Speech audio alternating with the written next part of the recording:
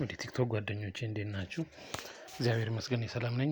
እንግዲህ ይሄ ኤሮ ትራከር ፉለር ካምቢዮ ያው ሙሉ ጥገናውን አሳይቻችኋለሁ። ከዚህ በፊት ባለፉት ፓርቶች አሳይቻችኋለሁ። ሙሉ ጥገናውን ስለጠየቃችሁኝ ነው። እያንዳንዱን ነገር አሳየን ስላላችሁኝ ነው። እስከነ ታይሚንጉ ጭምር አሳይቻችኋለሁ። አሁን ደግሞ ያው ረጅም ርቀት እየፈተሽ ነው መኪናው። ሺፍቲንጉ ሁሉም ነገሩ በጣም አሪፍ ነው። በደንብ ነው ማርሹ የሚገባው። ከሌሎቹ ትንሽ ለየት የሚያደርገው ይሄ ኤሮ ትራከር ከሌሎች ፉለሮች አሁን ለምሳሌ ጄል የሆኑ ሲንክሮናይዘር አለው። ይሄ ግን ሲንክሮናይዘር የለውም። ስላይዲንግ ሜሽ ነው። ያው ጊር ቱ ጊር እንደማለት ነው። ለዛ ነው አንዳንድ ጊዜ ፉለር ገና ልክ ስትነሱ አንደኛ ማርሽ ታስገቡ ቅር ብሎ የሚገባው ስላይዲንግ ሜሽ ስለሆነ ነው። ሲንክሮናይዘር የላቸውም እነዚህ። የሃይና ሎ ብቻ ነው ሲንክሮናይዘር ያላቸው። ያው ሁሉ መኪና መኖር ስላለበት ነው። እዛ ጋር ከባድ ሎድ እና ፍጥነት ስለሚኖረው ማለት ነው። ይኸው እንደምታዩት እንግዲህ ቆንጆ አድርገን ሰርተነዋል። ማርሹንም ሁሉንም ነገሩን አሪፍ አድርገን የሰራ ነው። ሌሎች ስራዎችንም ደግሞ እንደዚሁ ዲፕሊ ከዚህ በፊትም ሳሳያችሁ ነበረ። አሁንም ወደፊትም ማሳየቴ አይቀርም።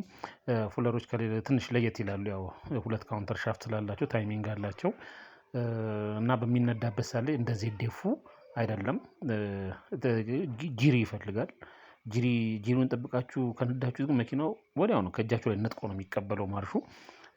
ያው በዚህ ዲፍ ብቻ የነዳ ሰው ፉለር ለመንዳት በጣም ይቸገራል።